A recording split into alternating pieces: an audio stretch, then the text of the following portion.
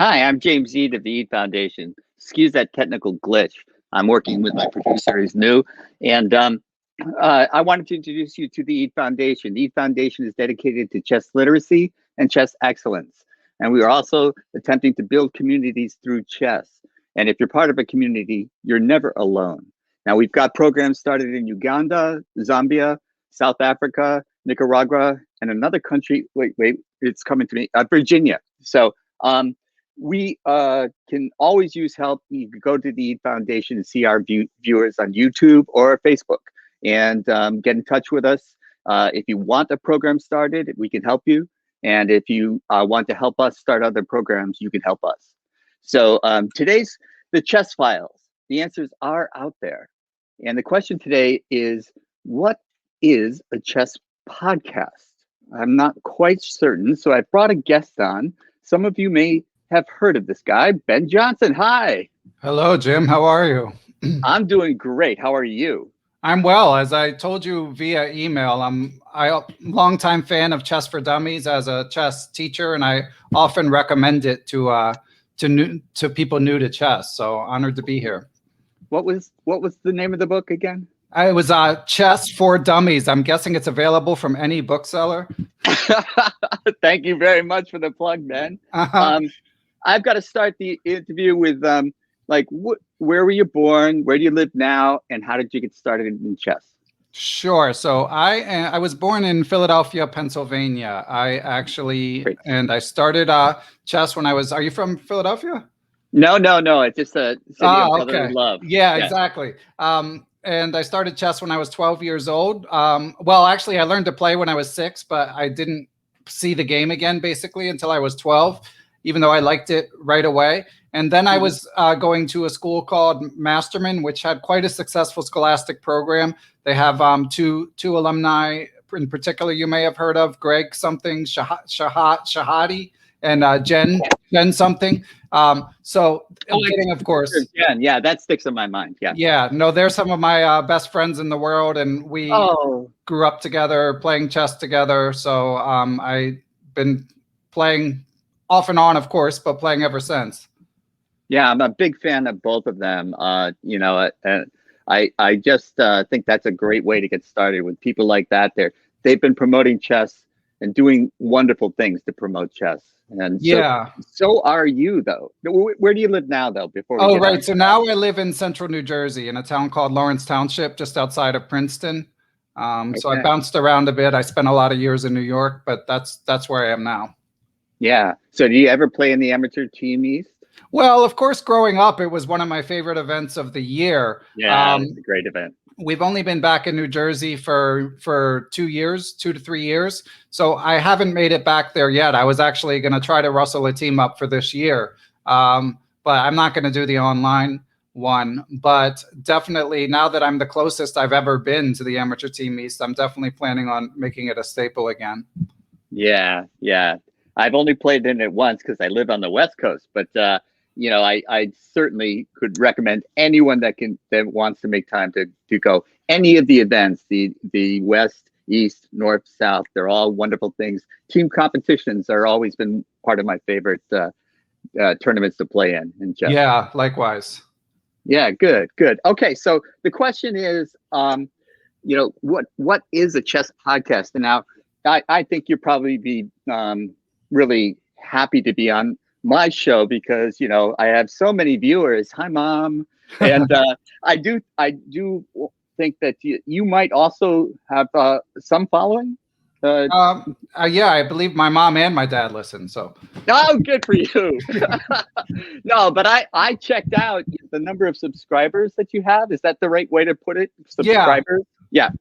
They subscribe to your podcast so they can always know when you're broadcasting or I get about 8,000 to 9,000 listeners per show as far as I can tell. The way it works with podcasts is like I have a YouTube channel, and probably 5% of the people who watch the show just watch on YouTube because podcast generally means audio only. And my interview, even though sometimes we have the cameras on for engaging with the guest, but it's a recorded interview where there's no visuals. You can't see the person. You can't see a chessboard.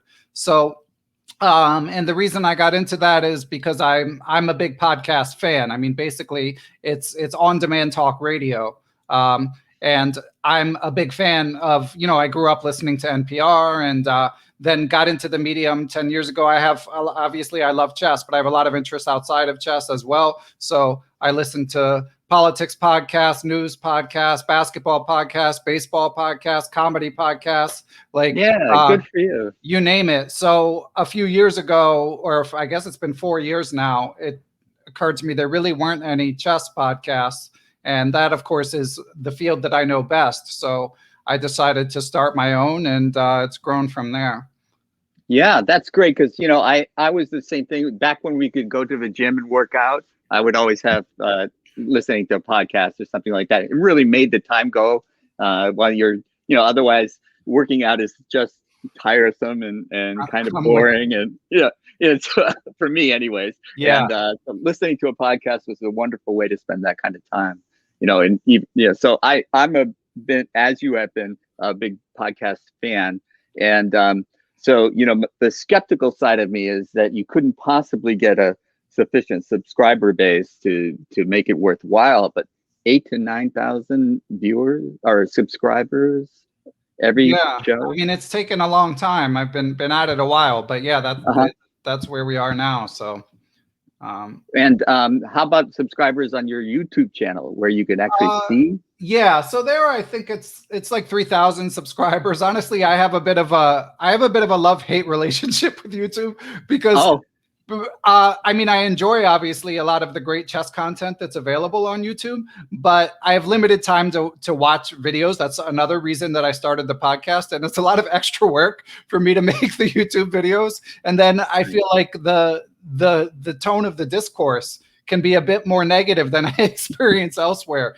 in terms of the comments and stuff like that. So I'm not going to lie. Sometimes what I do is I convert the audio only interview into like a visual rendering. So it's still just audio, but you see a person's picture and you see like a squiggly line when they're talking. And one thing. And YouTube doesn't allow you to include like embedded hyperlinks, which I find annoying because like I'm always, I want the podcast to be accessible for people with a wide range of chess backgrounds. So if we refer to a particular game or if we refer to a particular article or interview, I want to be able to link to it. And it's like with YouTube, you can't just have the embedded hyperlink. You have to put the link in separately. So it's all these little things basically where I'm not going to lie. I appreciate everyone who takes the time to listen, but I do grumble a little each week when it's time to make the YouTube thing. And that's always the last place that the podcast is available because I have to do that after the product is finished. Correct. Yeah, that's I can really relate to that. Before we get into the meat of the podcast, I wanted to show you what my artist did, to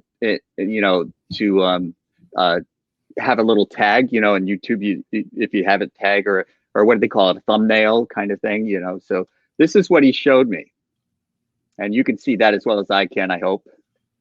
Yes, right? I can.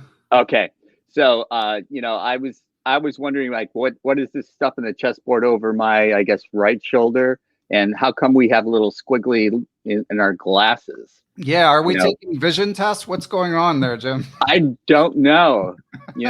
but I like it's creative. I like the rendering, and I loved your intro, by the way. Oh, thank you very much. I appreciate that. And this is visually appealing. So I wasn't gonna, but I guess I gotta get back to my artist, and it's that I get what I pay for. Right, exactly. Oh, okay. So I can't complain about the artist. The artist, that's going to be a great thumbnail. So I really appreciate the help, and a shout out to Philip Wharton, who does these masterful illustrations. I can't compliment him enough. Shout out to Philip. Yeah. But the idea of doing a podcast now, what we normally think of in a chess podcast or a chess video is instruction. That's mostly, I think, what I see out there is people, showing you a game or showing you a position and teaching from that. But that's not what you or I do. I to a lesser extent, but you do something else. Can you tell me a little bit about what it is that you do? Yeah, so the original vision for the show was more what I would say chess lifestyle. So of course we would reflect on a prominent player's career. They might tell a few of their favorite stories, but also talk a bit about what their life is like away from the board. To me, I especially these top grandmasters. I'm like 2100. I used to be over 2200, but I'm very you know, it's I'm in awe of how strong the best players in the world are. So Yeah, I me too. I was just I really wanted to know more about them, and I felt like that wasn't necessarily. It's actually changed in the last handful of years, but you used to feel like you saw their games and you didn't know anything else about them.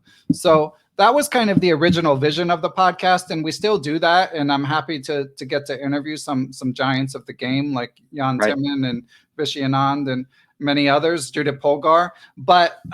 Wow. But I mean, we Roll also call. but Yeah. but we also talk a lot of chess improvement. And as you say, like on YouTube, obviously, the bulk of the content, especially the most popular content, is either just at least appreciating games or like, how do I get better? And there's a great demand for that, even in the audio Yeah. only space. So I always get book recommendations. I always try to get a few tips from people about how to improve their own games. We also do this special series called Adult Improvers, where adults, since obviously most of my listeners are adults, who've made significant rating gains, we try to really drill down on what they feel contributed to What they that did. success. So, That's cool. so That's it's really cool. yeah, and sometimes we even do book recap podcasts. So I kind of switch up the format on a week to week basis, but it's always chess.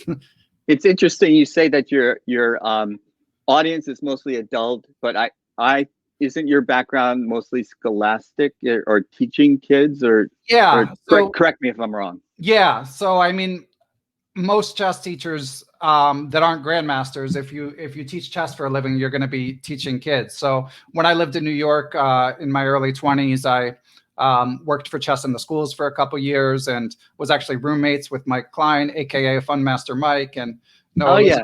Noah Elizabeth Spiegel, and a lot of the sort of best chess teachers in the country, and got a chance Right. to learn from them. So I do historically, I've done a lot of scholastic programs. I've worked for programs. I've started to run my own programs, but that is becoming a bit less of an emphasis for me. Just because I'm able to do I'm doing some adult classes and the podcast is growing, so I may come back to that at some point. I like teaching kids, but I'm also I have kids at home, so it's also like a nice break for me to interact with adults. Yeah. The two people you mentioned that is Mike with Chess for Kids or Chess something. Is Kid, that yeah. right? Chess Kids. Yes. Okay. And Elizabeth, wasn't there a movie made about her program in Brooklyn? Yeah, this movie Yeah. called Brooklyn Castle. It's a documentary about IS 318. Highly recommend it. You can rent it for like $4 online. So, uh, Right. yeah, it's an inspiring story, even if you don't like chess that much. Right. And these people are reaching out in ways that when I was growing up, when I was their age, I couldn't fathom, I couldn't imagine it, what they're doing. Maybe if I was clever enough, I could have thought of a podcast back in those days, but chess in the movies and did you happen to see the Queen's Gambit, the Of Netflix course, series? yeah. Yes. I feel like Yes. it's part of my job description. I mean, I would have watched it Right. anyway, but Yeah. but it's been obviously a cultural sort of touchstone. And yeah, I watched it with my wife, which it was nice to. She knows how the pieces move, but not really a chess player. So Right. yeah, I enjoyed it, and I get why it's so popular. And did she enjoy it as well? She did, yeah. Yeah. Yeah. Yeah, that's because your experience is probably like mine, because people know that I was a chess player or a former chess player, and they would always ask me what I thought of it, and I hadn't watched it, because it was so popular so fast that I was a little late getting into the game and watching it. But everybody asked me, and they were all so excited. They wanted to know, as a chess player, what I thought of it. So I had to watch it. I just kind of, binge watched it, and I was very impressed. I was really impressed by the scene when she first walks up to the tournament and she's unrated, and the tournament directors are like, "Oh well, you can't play so and so. You can't play in the open section because you'll Right. get crushed." and then she goes in and wins it. Yeah, and that was one of the more realistic scenes because a lot of people, yeah. To the extent there are knocks on the movie, a lot of people say that the males in particular were too nice to her, which I think is probably true, unfortunately. Unfortunately, but I always say that I moved around quite a bit when I was getting transferred from one job to another, or when a woman would kick me out of the house or something like that. I'm just kidding, but the idea is that you walk into a chess club and it's not necessarily a welcoming environment, whether you're male or female. But it's doubly so if you're a female, because they don't come up, at least my experience was, and walking into many new chess clubs, was they didn't ask you, hey, what's your name? How are you doing? They asked you, what's your rating? Yeah, that's true. So they really want to know if you're worth talking to, or if you're somebody that they can't talk to, or it's like it's not incredibly inviting. And I thought that came across in that, because again, this is an earlier point in time. Women were not expected to be great players, and now we expect them to be great players. So our society has moved on. Yeah. Our chess culture has moved on, because it's no longer surprising that Judith Polgar is in the top 10. It was amazing what Susan Polgar did, and they shattered the glass ceilings, and now I don't think women feel like they can't do it. They may not want to do it, but it's not that they can't do it anymore. So I think that series has had not just a popular, stores are reporting that they're sold out of books, chessboards, that kind of stuff, right? So it's wonderful, though. I think of course. Yeah. So and Jim, and go ahead. I wanted to ask you a question, because I heard you mention you're a former player, but did I could be misremembering, but did I see your name in the Facebook group for Jakob Aagaard's Academy? Were you taking some of his chess classes? No, I was not. I try to join groups like that to be supportive. And so no, I'm not. I think of chess as a young person's game. Yeah. Frankly, you get to a certain age, and especially if there's health issues around it, competitive chess over the board is too stressful for me now. I don't eat right, I don't sleep right, and then my body complains. And then it takes me a while to recover from a tournament, and it's just not worth the price for me anymore. But I loved playing chess. I love competing. But the best thing, I go to tournaments now mostly to see old friends. Yeah, totally understandable. It's it's like a U.S. Open is like a reunion, high school reunion for me. Yeah, I'm hoping. It's down the road from me this coming year, so I'm hoping that COVID will. Cherry Hill, right? Yeah. It's in Cherry Hill, New Jersey this year. Yeah, and it's always been one of my favorite tournaments, but I rarely can play, given my wife and kids. Yeah, but this year, if it's safe, I'm looking forward to it. Right, and it's in August every year, and so hopefully by then we'll have some more confidence in our personal safety in going to a tournament like that, and we could hold it. Yeah, because it's hard to imagine a world without over the board chess competitions. Yeah, I know online chess is booming, but the face-to-face competition was what I grew up with and I'm used to, and it's just not the same for me. And of course, kids growing up today, they don't care. Online chess is just fine for them. But I like the idea where I play a move and I can see the reaction on my opponent's face. Right. And that's missing. Yeah. So, anyways, that's getting off of your what you're doing on your podcast, because I'm really curious. Like, how did you get Anand? How did you get Judith Polgar to come on your show? Yeah, well, some secrets can't be revealed. Polgar, I will say, she does her annual Global Chess Festival. So I just sent a cold email through her, through the Global Chess Festival website, and one of her handlers, I guess, brought it to her, and she was willing to do it. Anand, I had to pull some strings in the chess industry, but the chess world is very small, so when you're friends with, like, I'm old friends with Grandmaster Jan Gustafsson. Of course, I'm friends with Greg and Jen Shahadi. I'm friends with Mike Klein. So, and especially now that the show has gained in popularity, and I've had a lot of other strong players. So I'm really only 1 degree of separation from anyone, you know? Yes. So some people might say no, but generally you can at least ask someone. Yeah. But one thing I've been surprised by is, I mean, I love interviewing these, these living legends like we're discussing, but those Right. shows are not necessarily, they're not like hugely more popular than the other interviews I do. And of course to me, they can be slightly more challenging interviews because, I mean, not super challenging, but the person may not be as revealing because they're so used to being interviewed.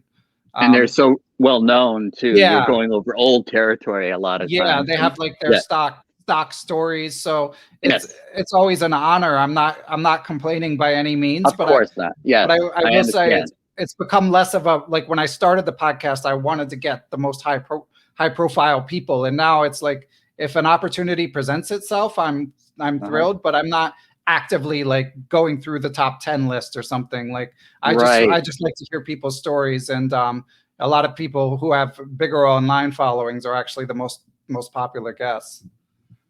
That's really interesting because they're the people want to know more about. Yeah, and because they have a built-in audience, a built-in channel to tell them, if to tell them about it.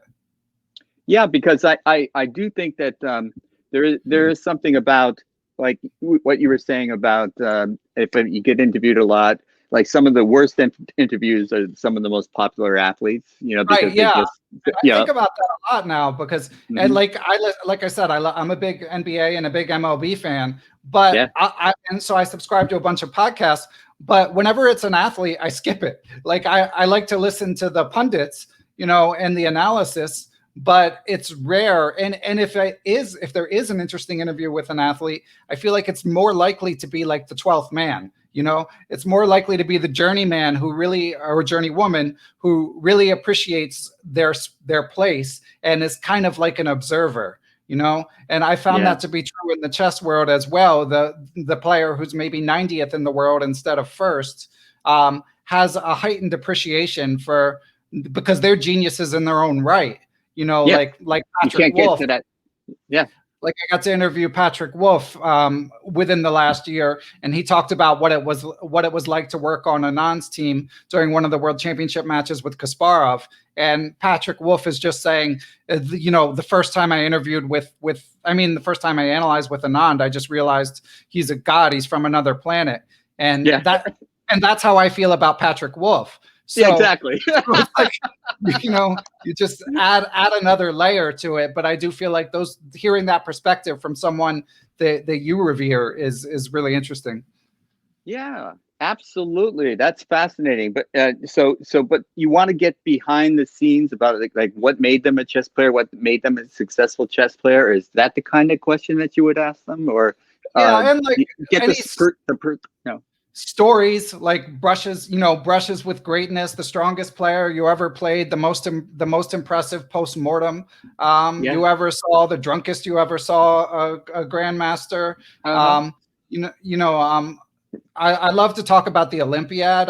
It's it has a mystique for me because it's the only really tournament where, I say, out of the top 2,000 players in the world, 90% of them are going to be there. In the same town, in the same complex, and it's men and women. And it's, of course, it's got a rich history and it's important, but it's not the world championship. So they fraternize, the players fraternize a lot. So whenever someone's been to an Olympiad, I'm trying to get stories about that. So stuff like that. Yeah, I've only been to one, but it's also, I was a huge fan, and not everybody was when I was growing up. But guys like Joel Benjamin, Nick DeFermian, Hall of Fame Grandmaster Johnny, these guys, Larry Christensen, they were going, and I was just rooting the heck out. And of course in those days, the Russian team would usually get gold, and if they could get silver, it was like a magical event for the U.S. team. And but those stories are amazing to me. Like, because I just have deep respect for team competitions, Yeah. because it's not all just you. Usually in chess, it's one-on-one, it's all you. But in a team competition, you got a team you have to root for, you have to support. So, and that's the pinnacle of the team competition, the Olympia. Yeah, it's a lot of fun. I was Right, bummed that it got canceled. I hope it. I don't know right. what they're planning in terms of if they'll do it in an off year or just have to wait. Right. So But what do you do about, like right now, Tata Steel is going on, and is that meat for your podcast grinder, or do you you're not topical in terms of you don't care about what's going on? I'm sorry, not to say that you don't care, but right. it's not topical and driven. Yeah, it's not It's more it's not the highest priority. right. I mean, if there's a big story that emerges from it, like a controversy or something like that, then definitely we would talk about it. And of course, the World Championships and the candidates cycle, those they develop Oh slowly yeah, enough right, and they hold lasting interest enough that I do tend to cover those in some detail. But even a tournament like Tata Steel, which I love, and of course I check the positions, yeah, many times. It's not going to be a huge priority to cover. And the other thing is, I generally record the interviews about 10 days before I release them. So you couldn't really do right, a like mid tournament update. You could do a sort of post mortem. Like right, obviously as we speak, Geary and Firouzja are tied, and either one of them winning is going to be a big story if that happens. right. So I'm sure it'll come up in conversation, but I leave most of the news coverage to stuff with a quicker turnaround. And Fabiano is only half point back, so Yeah, that might be a story. Who knows? yeah, But I'm the same way. I try to have evergreen broadcasts, yeah, that would be appealing, even months from now, yeah, because there's a lot of news coverage of the actual event while it's going on, and I don't yeah. feel like I'm adding anything to that. With my FIDE master experience, it's Right. like I'm not going to impress anybody with my analysis of the moves. So, but getting the backstories is what interests me, and that's what I'm really just proud of you for what you're doing, Oh, because thank you. you're getting a lot of those stories out there, Yeah. and it's a side of chess that not everyone sees, and I really appreciate your efforts in this regard. Thank you. It's fun for me. So Yeah, it's no chore. well, you exactly. That's the way I look at it. If this wasn't fun, I wouldn't do it. So Yeah. it's not really work. But Yeah. there is these frustrations, like how to get the hyperlink in the YouTube, and Yeah. Yeah. all these things. Yeah, That's a chore. all these things. That's a chore. Yeah.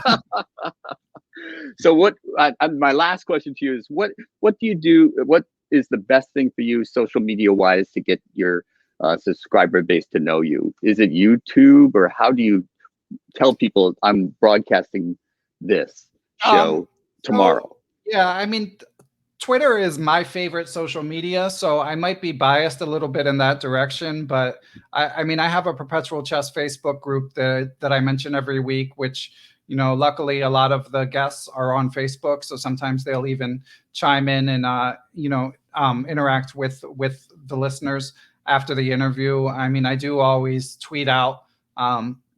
Uh, Sometimes I tweet out who I'm going to interview. Sometimes I don't, but I always try to promote it on social media and try to engage with people there.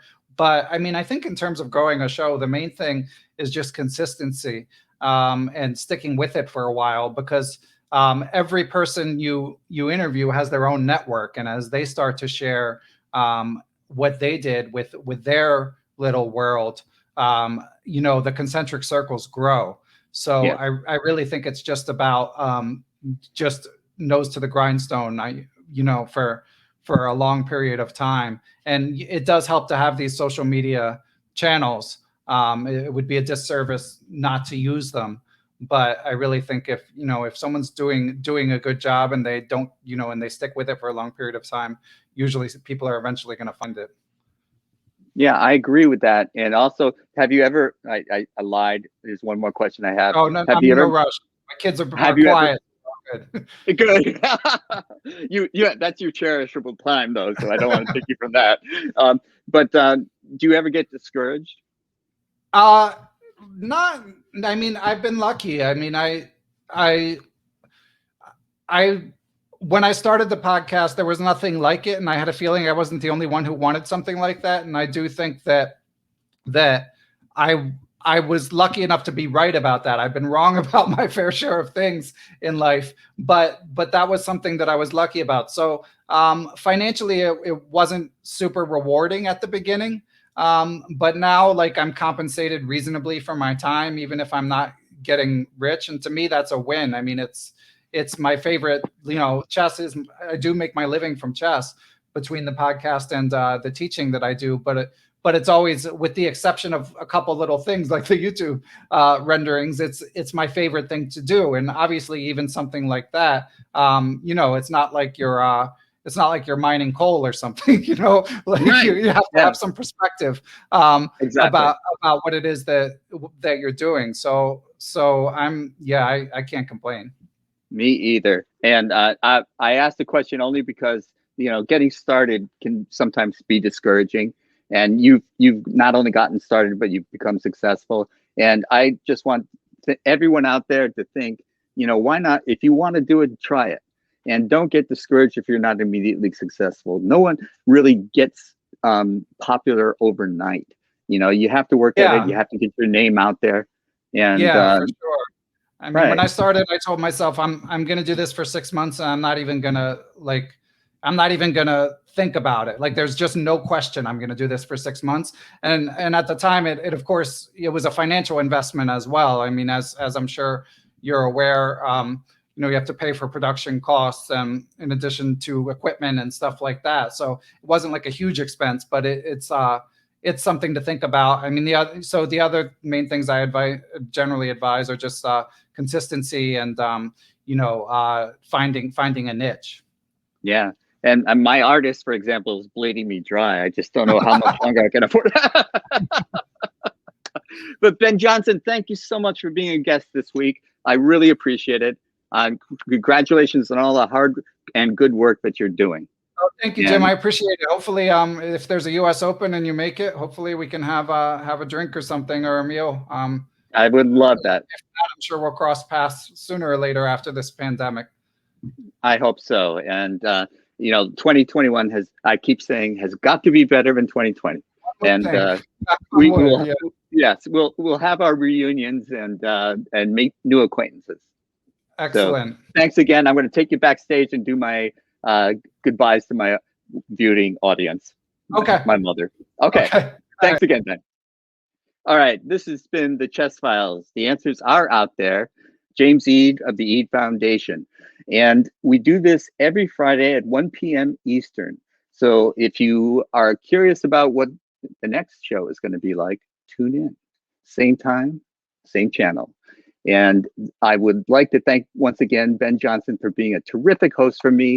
And I have got to leave now because you remember the Gong Show? I'm getting gong.